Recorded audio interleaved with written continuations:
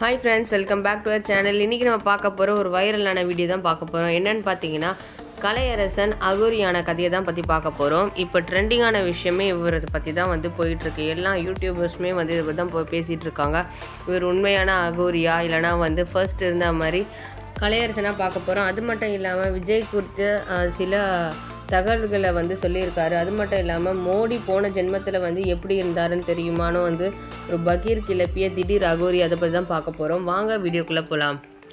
சென்னை சமீபத்தில் இணையதளத்தில் பரபரப்பை ஏற்படுத்தி கொண்டிருக்கும் திடீர் அகோரி கலையரசன் பிரதமர் நரேந்திர சிங் மோடி போன ஜென்மத்தில் எப்படி இருந்தார் தெரியுமா என்று தான் கணித்ததாக சில தகவல்களை சொல்லியிருக்கிறார்.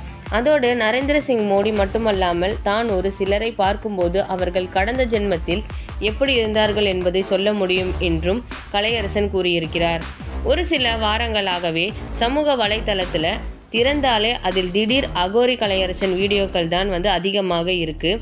யூடியூப் சேனல்கள் தொடர்ச்சியாக அவரை பேட்டி எடுத்து கொண்டிருக்காங்க. ஏற்கனவே கலையரசனை சில வருடங்களுக்கு முன்பே டிக்டாக் ஃபேமஸாக இருந்தபோது பலருக்கு தெரிந்திருக்கும். கலையரசன் மற்றும் அவருடைய மனைவி இருவருமே டிக்டாக் பிரபலங்கள் தான்.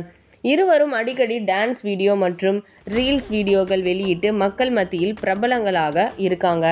அதிலும் கலையரசனுடைய மனைவி கர்ப்பமாக இருக்கும்போது டியூப் லைட் உடைத்தபடியே பறை இசைத்து பெரிய அளவில் பேசப்பட்டது. அதற்கு பின் கலையரசன் மற்றும் அவருடைய மனைவிக்கு இடையே ஏற்பட்ட கருத்து வேறுபாடுகள் போலீஸ் ஸ்டேஷன் வரைக்கும் இவர்களுக்குள் இப்படி ஒரு பிரச்சனையா என்று பலரையும் பேச வைத்திருந்தது. பிறகு இவர்கள் இருவரும் சேர்ந்து விட்டதாகவும் வீடியோ வெளியிட்டு இருந்தாங்க. இந்த நிலையில் இந்த தம்பதிகளுக்கு 3 குழந்தைகள் இருக்கு.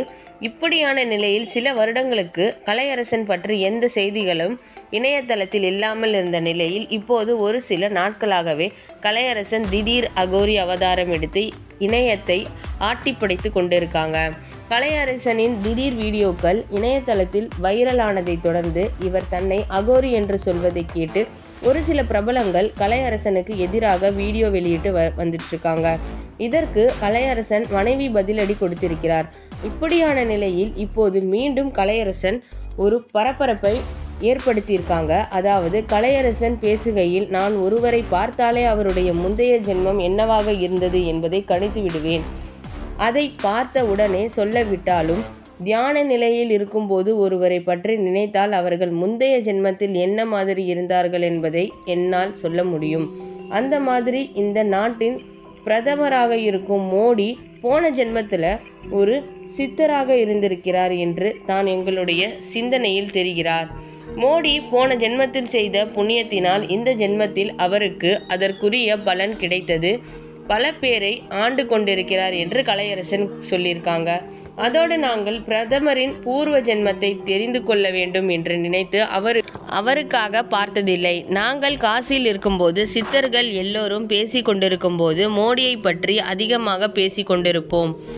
அவருடைய பூர்வ ஜென்மம் பற்றி கூட அங்கே எல்லோரும் சொல்வார்கள். அதுபோல நாம் வேறு ஒருவரை பற்றியோ அல்லது வேறு ஏதோ ஒரு சிந்தனையில் இருக்கும்போது சில நினைவுகள் தானாக வரும். அந்த மாதிரி தான் எனக்கு மோடி பற்றி தெரிய வந்தது என்று அந்த பேட்டியில் கலையரசன் பேசியிருக்கிறார்.